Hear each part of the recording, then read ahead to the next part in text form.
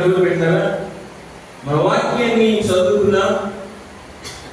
హెబ్రీయులకు రాసిన పత్రిక 7వ అధ్యాయము 20వ వచనం నుండి 28వ వచనం వరకు ఈ ప్రత్యేకమైన భాగం దేని గురించి మాట్లాడుతుంది అంటే యేసుక్రీస్తు గొప్ప యాజకుడు.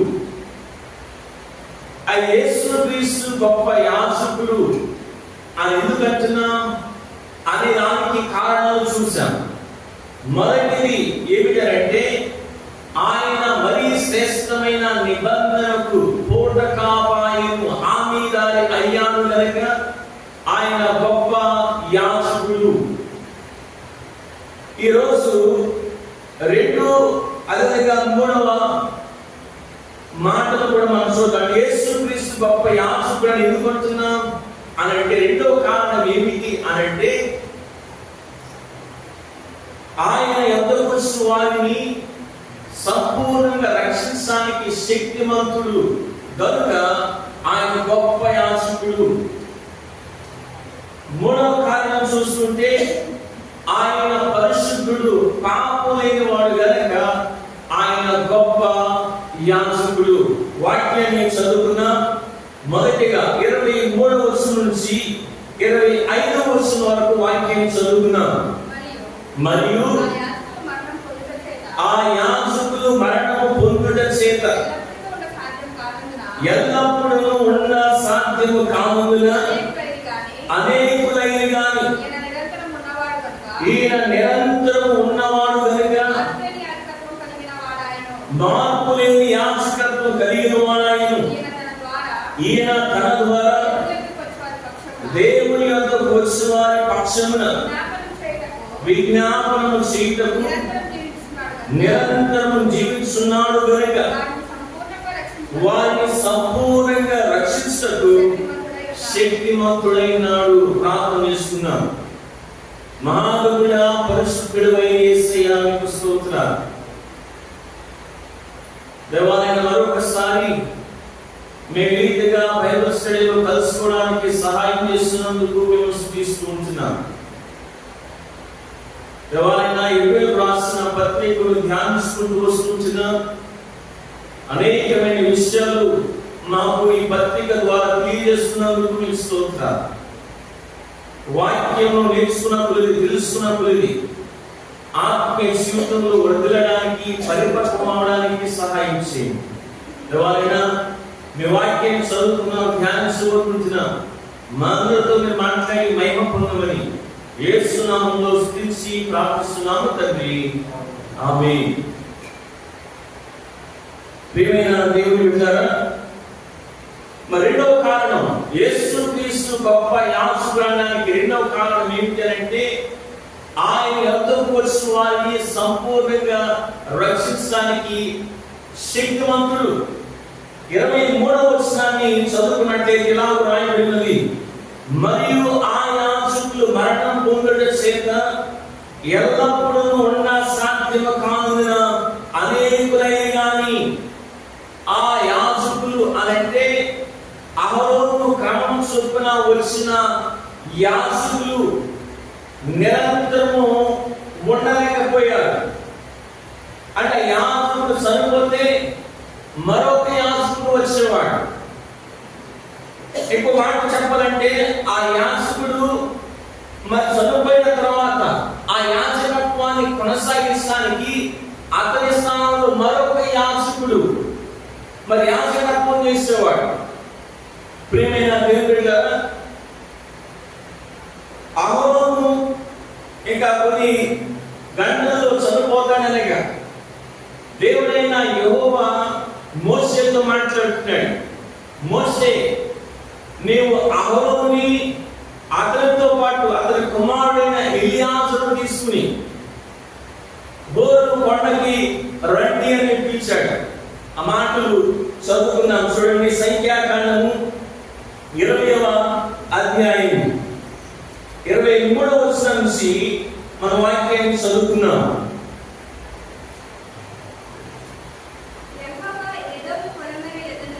యెహోవా ఏదోము పొలిమేర ఎదురున్న హోరు కొండలో మోషే అహరోనుకు ఇలాగ సెలవిచ్చెను, అహరోను తన పితరులతో చేర్చబడును, ఏలయనగా మెరీబా నీళ్ల యొద్ద మీరు నా మాట వినక నా మాట తిరుగుబాటు చేసింది కనుక నేను ఇశ్రాయేలుకి ఇచ్చిన దేశమందు అతడు ప్రవేశింపడు. ఎవరు అహరోను గురించి మాట్లాడుకుంటున్నారు. 25 వచనం, నీవు అహరోను అతని కుమారుడైన ఎలియాజరును తోడుకొని హోరు కొండ ఎక్కి అహరోను వస్త్రములు తీసి అతని కుమారుడైన ఎలియాజరుకు తొలగించుము. అహరోను తన పితరులతో చేర్చబడి అక్కడ చనిపోవును. యెహోవా ఆజ్ఞాపించినట్లు మోషే చేసెను. సర్వ సమాజము చూస్తుండగా వారు హోరు కొండకి, చూడండి, దేవుడైన యెహోవా ఏదైతే మోషే భక్తుడు చెప్పాడో మోషే భక్తుడు చేస్తూ ఉంటున్నాడు. సర్వ సమాజం చూస్తుండగా, ఇశ్రాయేలు చూస్తుండగా హోరు కొండకి మోషే, అదేవిధంగా అహరోను కుమారుడు ఎలియాజరు అక్కడికి వచ్చారు. చూద్దాం 28వ వచనం, మోషే అహరోను వస్త్రములు తీసి అతని కుమారుడైన ఎలియాజరును తొలగించెను. అహరోను కొండ శిఖరమున చనిపోయెను. ఆ తర్వాత ఏమైంది? ఆ కొండ దిగి వచ్చి అహరోను చనిపోయిన సర్వ సమాజము గ్రహించినప్పుడు ఇశ్రాయేలు కుటుంబీకులందరూ అహరోను కొరకు 30 దినములు దుఃఖము సలిపిరి. చూడండి, ధర్మశాస్త్రం ఎవరి ద్వారా వచ్చిందో,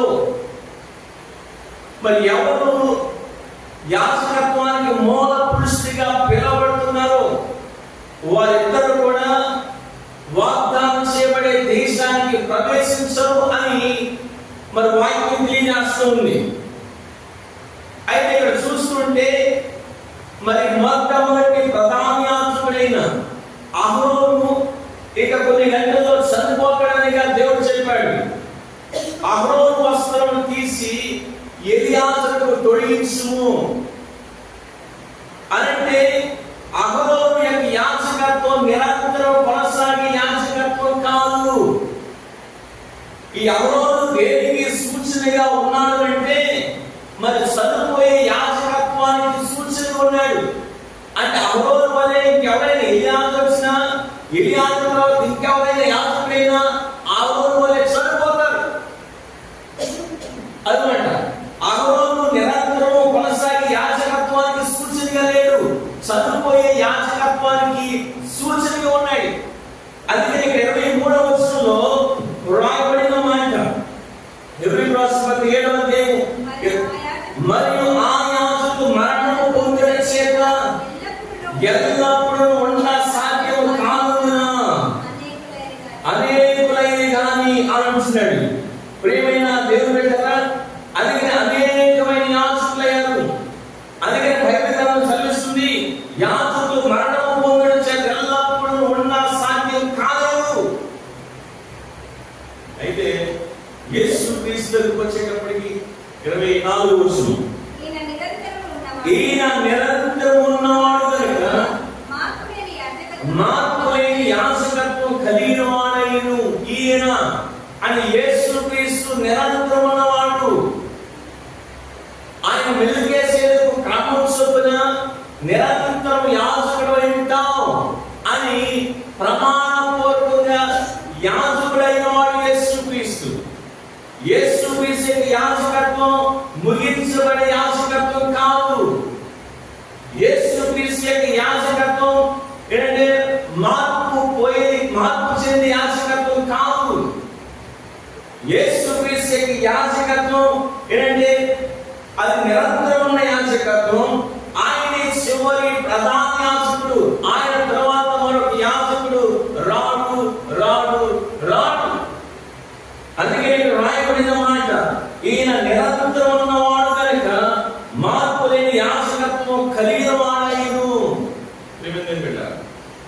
25వ వచనం చదువుకుందాం. ఈయన తన ద్వారా దేవుని యొద్దకు వచ్చిన వారి పక్షమున విజ్ఞాపనం చేయుటకు నిరంతరము జీవించున్నాడు కనుక వారిని సంపూర్ణంగా రక్షించుటకు శక్తిమంతుడైనాడు. ప్రియమైన దేవుని బిడ్డలారా, పాత నిబంధన కాలంలో ఉన్న యాజకులు ఒక వ్యక్తిని దేవుని యొద్దకు చేర్చలేకపోయారు. పాత నిబంధనలు ఉన్న యాజకులు పాప యొక్క పాపాలను తీసివేయలేకపోయారు. అటువంటి శక్తి వారికి లేదు. తాత్కాలికంగానైనా వారి పాపాలు తీసివేయగలిగారా? లేదు. అదేవిధంగా వాళ్ళు అర్పించిన బలులు మరి శాశ్వతంగా మనిషి యొక్క పాపాలు తీసివేయబడినా? లేదు. ఆ బలుల ద్వారా మానవ యొక్క పాపాలు కప్పబడ్డాయి అంతే. ఆ యొక్క మరి యాజకత్వం మనిషి యొక్క పాపాన్ని తీసివేయలేకపోయాయి. కనుక రాయబడిన మాట ఏంటంటే, ఈయన ద్వారా అని యేసుక్రీస్తు ద్వారా దేవుని యొద్దకు వచ్చి వారి పక్షం జ్ఞాపకం చేయడం నిరంతరం చేస్తున్నాడు కనుక వారిని సంపూర్ణంగా రక్షించటకు శక్తివంతుడైనాడు అని యేసుక్రీస్తు దగ్గరకు వచ్చే వారిని రక్షించడానికి శక్తివంతుడు యేసుక్రీస్తు. ఆయన దగ్గరకు వచ్చి వారు వాక్యం తెలియజేస్తుంది, నా దగ్గరకు వచ్చి నేను ఎంత మాత్రము త్రోసివేయను అని యేసుక్రీస్తు ద్వారానే దేవుని యొద్దకు చేరతాం. అందుకే నేను అన్నాడు, నేనే మార్గము, నేనే సత్యము, నేనే జీవనైనాను, నా ద్వారా తప్ప ఎవడును తండ్రి యొద్దకు చేరడు. అంటే ఒక వ్యక్తి పరలోకం వెళ్ళాలంటే యేసుక్రీస్తు ద్వారానే అనేది జ్ఞాపకం చేస్తూ ఉంటున్నాను. మరొక విషయాన్ని గమనించాలి, యేసుక్రీస్తు రక్షించడానికే శక్తివంతుడు కాదు, యేసుక్రీస్తు ఒక్కడే రక్షించగలిగిన శక్తివంతుడు. వాక్యం చదువుకున్నాం చూడండి. అపోస్తలుల కార్యములు 4వ అధ్యాయము 12వ వచనాన్ని మనం చదువుకున్నాం. మరి ఎవరి వలన రక్షణ కలుగదు? ఆయన నామములోనే, ఈ నామములోనే మనం రక్షణ పొందవలని గాని ఆకాశం క్రింద మనుషులలో ఇవ్వబడిన మరి ఏ నామమున రక్షణ పొందలేమనిను. ఇక్కడ వాక్యంలో మరి జ్ఞాపకం చేస్తున్నమాట, మరి ఎవరి వలన రక్షణ కలగదు అంటే ఏ వ్యక్తి కూడా ఒక వ్యక్తిని రక్షించలేడు. ఈ లోకంలో ఏ మానవుడు కూడా ఒక పాప యొక్క పాపాలను తీసివేయలేడు. అందుకంటే ఎవరి వలన రక్షణ కలగదు? ఈ నామములనే అని యేసుక్రీస్తు నామములనే మనం రక్షణ పొందలేం. కానీ ఆకాశం కింద మనుషులు ఇవ్వబడిన మరి ఏ నామంలో రక్షణ లేదు అనేది జ్ఞాపకం చేస్తున్నాడు. ప్రియమైన దేవుని యేసుక్రీస్తు ఒక్కడే రక్షించగలిగిన శక్తివంతుడు. The people who come to Jesus, he is able to save them అన్నమాట. ఆయన శక్తివంతుడైనాడు. అందుకే ఆయనతో వచ్చి వారిని ఏమాత్రం కూడా త్రోసివేసే దేవుడు కాదైన.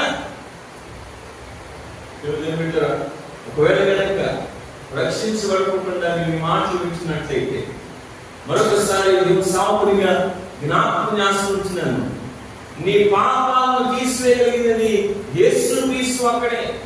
నిన్ను పరలోకం చేర్చగలిగినది యేసుక్రీస్తు ఒక్కడే. ఆయన శక్తివంతుడు అనేది జ్ఞాపకం చేసుకుంటున్నాను. ఆయన దగ్గరకు వచ్చి, ప్రభువా నేను పాపిని, నన్ను క్షమించు అంటే నిన్ను పరలోకానికి వారసునిగా చేయగలిగినది యేసుక్రీస్తు ఒక్కడే. క్రియల ద్వారా పరలోకం వెళ్ళలేము, దాన ధర్మాల ద్వారా మన పరలోకం వెళ్ళలేము. మనం అంటూ ఉంటారన్నమాట, నేను అది చేశాను, తీర్థయాత్రకు వెళ్ళాను, కొండలకు వెళ్ళాను, నదులకు వెళ్ళాను. వాక్యం తెలియాల్సింది మన నీతి క్రియలను బట్టి కాక వారసత్వాన్ని బట్టి మనం రక్షించబడలేము. ఇది ఆరాధనకు వచ్చి వెళ్ళిపోతున్నాను, పరలోకం వెళ్ళిపోతున్నారంటే కానీ కాదు, యేసుక్రీస్తు ద్వారానే ఆయనే రక్షించగలిగిన శక్తిమంతుడు అనేది జ్ఞాపకం చేస్తూ ఉంటున్నాను. మళ్ళా వాయిపోయిన మాట, ఈయన తన ద్వారా దేవుని యొద్దకు వచ్చిన వారి పక్షం విజ్ఞాపన చేయుటకు నిరంతరము జీవించున్నాడు. విజ్ఞాపనం చేయుటకు నిరంతరము విశ్వాసుల పక్షాన, ఆయన బిడ్డల పక్షాన యేసుక్రీస్తు విజ్ఞాపన చేస్తూ ఉంటున్నాడు. ఒకవేళ మనం పాపం చేసాం అనుకోండి, తప్పు చేసాం అనుకోండి, మనం బట్టి యేసుక్రీస్తు తండ్రి యొక్క విజ్ఞాపన చేస్తున్నాడు. ఏమని? ఆ తప్పు నా లెక్కలో వేయండి, ఆ నిన్న నా లెక్కలో వేయండి అని యేసుక్రీస్తు మన పక్షాన విజ్ఞాపన చేస్తూ ఉంటున్నాడు. ప్రియమైన ఒకవేళ విశ్వాసి పొరపాటు లేకపోతే పాపం చేస్తే, తప్పు చేస్తే మళ్ళా యేసుక్రీస్తు చనిపోనవసరం లేదు. ఆ ఒక్క బలి, సదాకాలం నుంచి బలి అనేది జ్ఞాపకం చేస్తూ ఉంటున్నాను. మనం చేసిన ప్రతి పాపానికి, అంటే గతం చేసిన పాపం, ప్రస్తుతం చేసిన పాపం, లేదా రాబోయే దినాల్లో చేసిన ప్రతి పాపానికి యేసుక్రీస్తు బలి అయిపోయాడు. వాక్యం చదువుకున్నాం. అదే రాష్ట్ర పత్రిక 10వ అధ్యాయం 12వ వచనం నుంచి 14వ వచనం వరకు చదువుకున్నాం. ఈయనైతే సదాకాలం నిలిచి ఒక బలి అర్పించి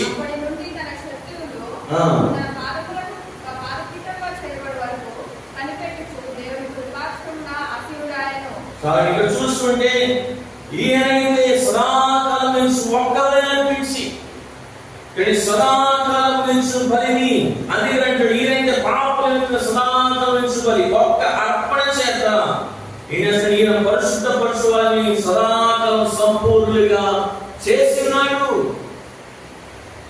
మనల్ని సంపూర్ణంగా రక్షించినాడు.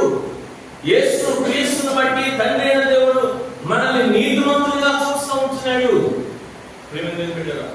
రక్షించబడిన విశ్వాసి మరి దేవుడు వాళ్ళ చూస్తున్నాడంటే నీతిమంతునిగా ఒక భక్తులు అన్నాడు.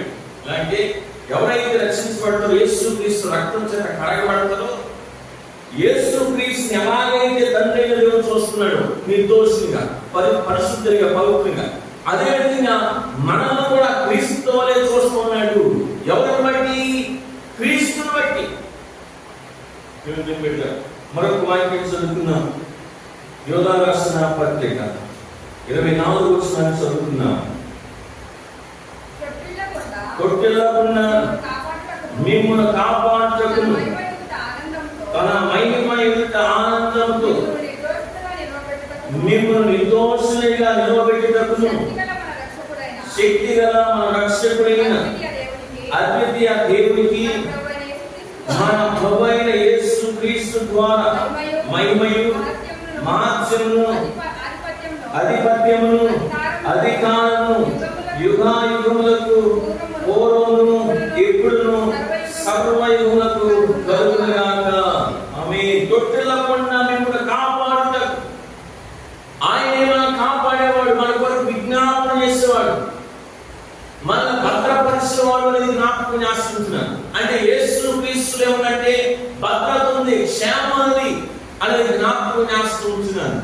ప్రేమ పాత నిబంధన గ్రంథంలో ఉన్న యాజకులు ఒక వ్యక్తి యొక్క పాపాలను తీసివేయలేకపోయారు. అటువంటి శక్తి వారికి లేదు. కానీ యేసు క్రీస్తు మరి మన పాపాలను తీసివేయగలిగిన శక్తివంతుడు కనుక ఆయన గొప్ప యాజకుడు. రాయబడిన సంపూర్ణులుగా చేయడానికి శక్తివంతుడు కనుక ఆయన గొప్ప యాజకుడు అనేది జ్ఞాపకం చేస్తూ ఉంటున్నాను. అటువంటి గొప్ప యాజకుడు యేసు క్రీస్తు మనకున్నాడు. మళ్ళా చివరి మాట, యేసు క్రీస్తు గొప్ప యాజకుడు అనడానికి మరొక మాట చూస్తుంటే మరొక కారణం 26వ వచనం నుంచి 29వ వచనం వరకు దేని గురించి మాట్లాడుతుంటే ఆయన పరిశుద్ధుడు, పాపలేని వాడు. 26వ వచనం చదువుకున్నాం.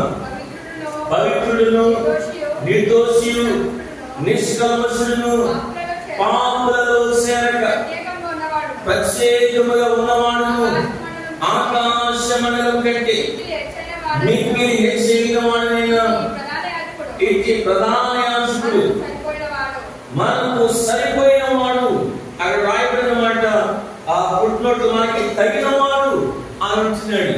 ప్రేమదేవి బిడ్డరా, మరి పాత నిబంధన గ్రంథంలో యాజకులు, లేవి వంశంలో వచ్చిన యాజకులు పవిత్రులు కాదు, పరిశుద్ధులు కాదు, నిర్దోషులు కాదు, పాపంలో ప్రత్యేకమైన వారు కాదు. అది యేసుక్రీస్తు ఎవరంటే ఆయన పవిత్రుడు, నిర్దోషి, నిష్కల్మషుడు, పాపంలో చేరక ప్రత్యేకమైన వాడు. యేసుక్రీస్తు పుట్టకమునిపే ఆయన పరిశుద్ధుడు అని గాబ్రియేలు దూత మరియతో అన్నాడు. మాట చదువుదాం చూడండి. లోకారాసిన సువార్త 1వ అధ్యాయము 35వ వచనాన్ని చదువుకున్నాం.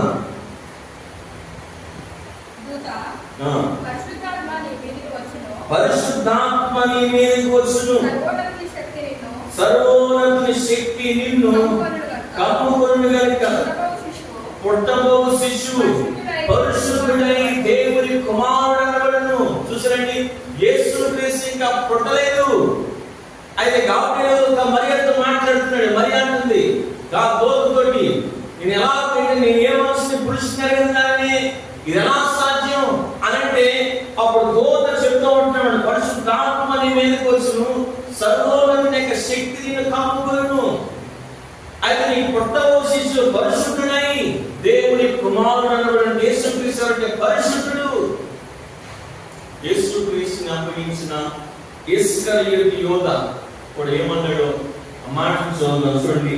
మత్తయి రాసిన సువార్త 27వ అధ్యాయం 4వ వచనాన్ని మనం చదువుకున్నాం. ఇక్కడ మరి యేసుక్రీస్తుని 30 వెండి నాణాలు అందించాడు. ఇస్కరియోతు యోధ అమ్మేసి మన వెండి నాణాలను ప్రధాన యాజకుల తీసుకుని వచ్చి ఇక అంటున్న మాట, నేను నిరపరాధి రక్తమును అప్పగించి పాపము చేసిద్దునని.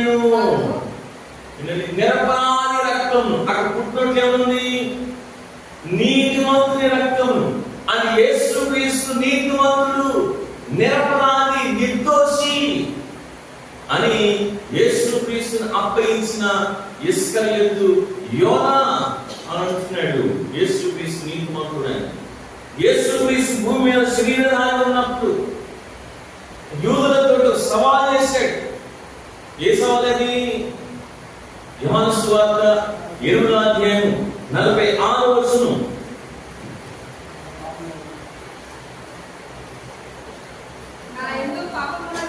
నా యందు పాపమున్నదని మీరు ఎవరు స్థాపించును?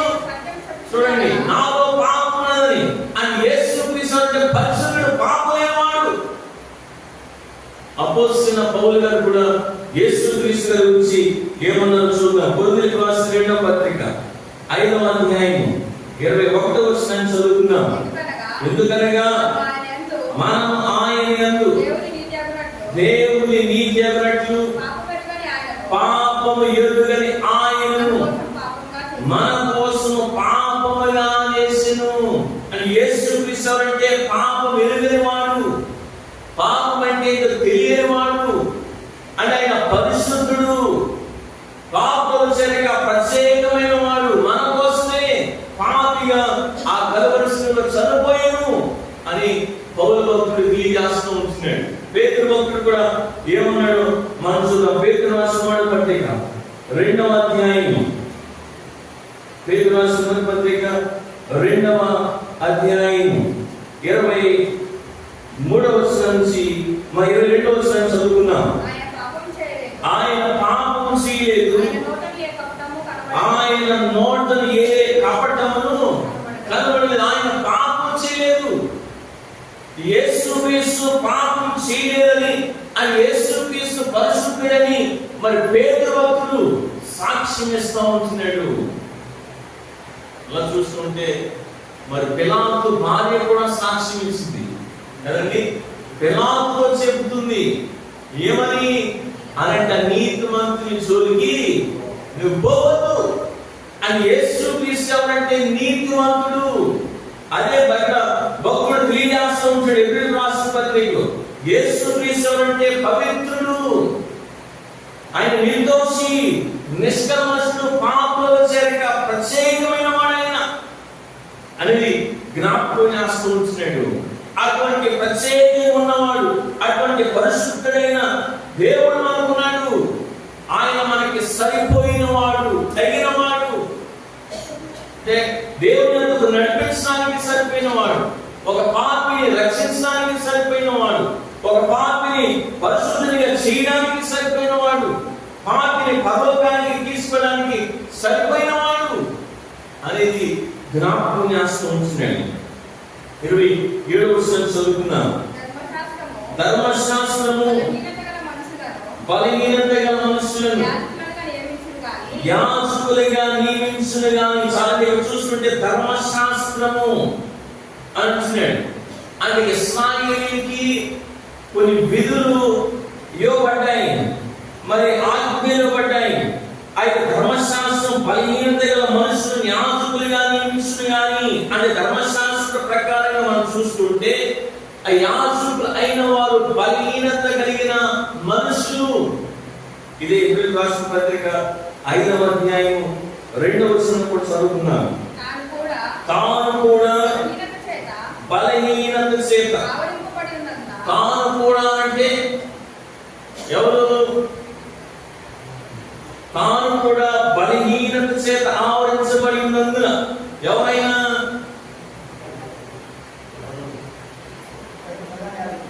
యాజకులు అదనమాట. అక్కడ చూసుకుంటే 5వ అధ్యాయం 1వ వచనం, ప్రతి ప్రధాన యాజకుడును మనుషులను చేర్పరచబడిన వాడి పాపముల కొరకు అర్పణమును బలులను అర్పించుటకు దేవుని ఇచ్చిన కార్యం జరిగించలేక మనుషులతో నియమింపబడును. తాను కూడా అంటే ప్రధాన యాజకుడు కూడా బలహీనత చేత ఆవరించబడినందున, అంటే అవన్నీ బలహీనతలు ఉన్నాయి. ఆ ప్రధాన యాజకుడిగా పిలవబడుతున్న ఇతర మనుషుల వలె బలహీనతలు ఉన్నాయి. ఆయన కూడా ఇతర మనుషుల వలె పాపి అనేది జ్ఞాపకం చేస్తూ ఉంటున్నాడు. అందుకే ఇక్కడ రాయబడిన వాడు ధర్మశాస్త్రం బలహీనత గల మనుషులను యాజకులుగా నియమించును గాని. ధర్మశాస్త్రం తరువాత వచ్చిన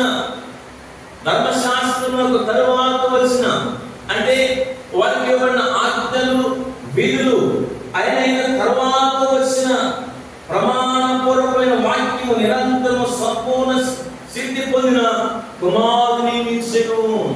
యేసుక్రీస్తు ఎలా ప్రధాన యాజకుడేడు? ప్రమాణపూర్వకంగా ప్రధాన యాజకుడే.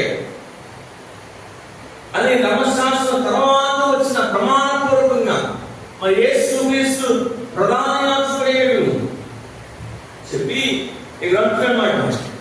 ఈయన ఆ ప్రధాన యాజకుడు వలె మొదట తన సొంత పాపముల కొరకు, తరువాత ప్రజల పాపముల కొరకును దినదినము బలులు అర్పించవలసిన అవసరం కలవాడు కాడు. ఈయన అని యేసుక్రీస్తు ఆ ప్రధాన యాజకుడు వలె, ఆ ప్రధాన యాజకుడు వలె అంటే అహరోను క్రమం చొప్పున యాజకులు, అహరోను క్రమం చొప్పున యాజకులు మొదట తమ పాపాల నిమిత్తమై బలులను అర్పించేవారు. ఎందుకంటే వారు కూడా బలహీనత కలిగిన వారు కనుక. వాక్యం చూద్దాం. లేవియకాండము 16వ అధ్యాయం 6వ వచనాన్ని మనం చదువుకున్నాం. అహరోను తన కొరకు పాప పరిహార బలిగా గోడెలను అర్పించి తన నిమిత్తమును, తన ఇంటివారి నిమిత్తమును ప్రాయశ్చిత్తము చేసి అంటాడు. మళ్ళా 11వ వచనం. అప్పుడు అహరోను పాప పరిహార బలియకు ఆ కోడెను తీసుకొని తన నిమిత్తమును, తన ఇంటివారి నిమిత్తము ప్రాయశ్చిత్తం చేయవలెను. తరువాత అతడు తన కొరకు తాను అర్పించు పాప పరిహార బలియకు కోడెను వధించి యెహోవా సన్నిధినున్న ధూపపీఠం మీద నుండి ధూపార్తెడు నిప్పులను తన పిడికిళ్లతో పరిమళ ధూప చూర్ణమును తీసుకొని అడ్డ కర్ర లోపలికి వాటిని తెచ్చి తాను సావకుండునట్లు. అంటే తాను కూడా బలహీనతలు ఉన్నాయి కనుక, ఆయన కూడా పాపి కనుక, ఈ ప్రధాన యాజకుడైన అహరోను మొదటిగా తన నిమిత్తం అర్పించేవాడు. 17వ వచనం, అదే లేవియకాండం 16 పరిశుద్ధ స్థలములో ప్రాయశ్చిత్తము చేయుటకు అతడు లోపలికి పోవునప్పుడు అతడు తన నిమిత్తమును తన ఇంటి వారి నిమిత్తమును ఇశ్రాయేలు సమస్త సమాజం నిమిత్తమును ప్రాయశ్చిత్తము చేసి బయటికి వచ్చే వరకు ఏ మనుషులను ప్రత్యక్ష గుడారంలో ఉండరాదు. చూడంటే ఆరోను తన నిమిత్తం బలి అర్పించాలి, తన యొక్క కుటుంబం నిమిత్తం అర్పించాలి, తర్వాత ఇశ్రాయేలు ప్రజలందరి పక్షాన బలి అర్పించాలి. అందుకనే రాయబడిన మాట యేసు క్రీస్తు గురించి హెబ్రీయులకు రాసిన పత్రికలో ఏమని రాయబడింది అంటే, ఈయన ఆ ప్రధాన యాజకుల వలె. ఏంటంటే ఆ ప్రధాన యాజకుల వలె. ఏ ప్రధాన యాజకులు? ఆరోను క్రమం చొప్పున ప్రధాన యాజకులు మొదట తన సొంత పాపముల కొరకు, తర్వాత ప్రజల పాపముల కొరకు దినదినం బలు అర్పించవలసిన అవసరం గలవాడు కాదు. యేసు క్రీస్తు తన పాపాల నిమిత్తం బలు అర్పించిన అవసరం లేదు. లేవి వంశం చొప్పున ప్రధాన యాజకులు బలు అర్పించిన అవసరం లేదు. ఎందుకంటే యేసు క్రీస్తు పవిత్రుడు, పరిశుద్ధుడు. ఆయన నిర్దోషి, పాపంలో చేరక ప్రత్యేకమైన వాడు. ఆయన మనవలే శోధించబడినను ఏం లేదండి. రాష్ట్ర పత్రిక 4:15 వచనం, మన ప్రధాన యాజకుడు అని యేసు క్రీస్తు మన ప్రధాన యాజకుడు మన బలహీనతల యందు మనతో సమానుభవం లేనివాడు కాడు గాని సమస్త విషయములను మనవని శోధింపబడినను ఆయన పాపం లేనివాడిగా ఉండెను. యేసు క్రీస్తు పాపం లేనివాడు. ఆయన పరిశుద్ధుడు గనుక, నిర్దోషి గనుక, నిష్కల్మషుడు గనుక ఆయన పాప కొరకు లేదా తన కొరకు తాను బలిని అర్పించనవసరం లేదు. మేము తెలిపెట్టారా మళ్ళీ రాయబడిన తనను తాను అర్పించుకున్నప్పుడు ఒక్కసారి ఈ పని చేసి ముగించెను. యేసు క్రీస్తు మరి ఆయన తను తానే బలిగా అయిపోయాడు. ఆయన బలి అర్పించాడు ఎవరి కొరకు అంటే సర్వ మానవాళి కొరకు, పాపుల కొరకు. యేసు క్రీస్తు తను తాను బలిగాను అర్పణగాను అప్పగించుకొనెను. ఆయన పుట్టకమునిపే ఆయన మనందరి కొరకు చనిపోతాడని ప్రవచనం. యెహోవా మనందరి దోషమును అతని మీద మోపెను. ఎవరి మీద? యేసు క్రీస్తు మీద మోపెను. యేసు క్రీస్తు ఏంటంటే శిక్షించబడడం, యేసు క్రీస్తు కలవరిలో చనిపోవడం యెహోవాకు ఇష్టమాయెను. ఆయన మరి యేసు శరీరధారికి లోపల ఉన్నప్పుడు బాప్తిస్మం ఇచ్చి యోహాను తన దగ్గర శిష్యులు ఉన్న వాళ్ళతో చెప్తున్నాడు మాట. యేసు క్రీస్తు చూసి, ఇదిగో లోక పాపములను మోసుకుని పోవు దేవుని గొర్రెపిల్ల. లోక పాపములు మోసుకుని పోయే దేవుని గొర్రెపిల్లగా యేసు క్రీస్తు వచ్చాడు. తన కొరకు, తన పాపాల కొరకు చనిపోవడానికి రా, తన పాపాల కొరకు బలైపోవడానికి రా యేసు క్రీస్తు. తన కొరకు తాను బలి అవసరం లేదు. ఎందుకంటే ఆయన పరిశుద్ధుడు గనుక, నిర్దోషి గనుక ఆయన తన కొరకు బలిని అర్పించుకున్న పని లేదు, అవసరం లేదు. ఎందుకనంటే మన కొరకు.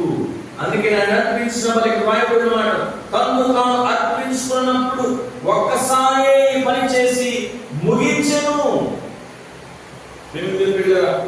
మరి పాత నిబంధన గ్రంథంలో ఆ యాజకుడు ఏం చేసేవారంట? దినదినము కదండి, దినదినము వాళ్ళు బలులను అర్పిస్తూ ఉండేవాడు. అందుకే రాయబడినమాట, ఈయన ఆ ప్రధాన యాజకుడు మొదట తన సొంత పాపల కొరకు, తరువాత ప్రజల పాపల కొరకు దినదినము బలులను అర్పించిన అవసరం లేదు. అంటే వాళ్ళు దినదినము బలుని అర్పిస్తూ ఉండేవారు. ఆ బలులు మరి అవేమి కూడా ఆగేవి కాదు, అలా కొనసాగుతూనే ఉండేవి. కానీ యేసుక్రీస్తు తను బలిగా అర్పించుకున్నప్పుడు ఒక్కసారి ఆయన మరల చనిపోనవసరం లేదు. అంటే ఒక విశ్వాసిగా తప్పు చేస్తే ప్రభువానైనా నన్ను క్షమించినయ్యా దేవానైనా అని మనం పశ్చాత్తాపడతాం. కానీ మళ్ళా పాప యేసుక్రీస్తు మళ్ళా మన కొరకు శిలువలో చనిపోనవసరం. ఎందుకని ఆయన అర్పించిన ఒక్కసారి బలి సదాకాలం ఇచ్చిన బలి, ఆయన అర్పించిన ఒక్క బలి మన యొక్క పాపలన్నిటిని తీసివేయగలిగిన బలి అనేది జ్ఞాపకం చేసుకుంటున్నాను.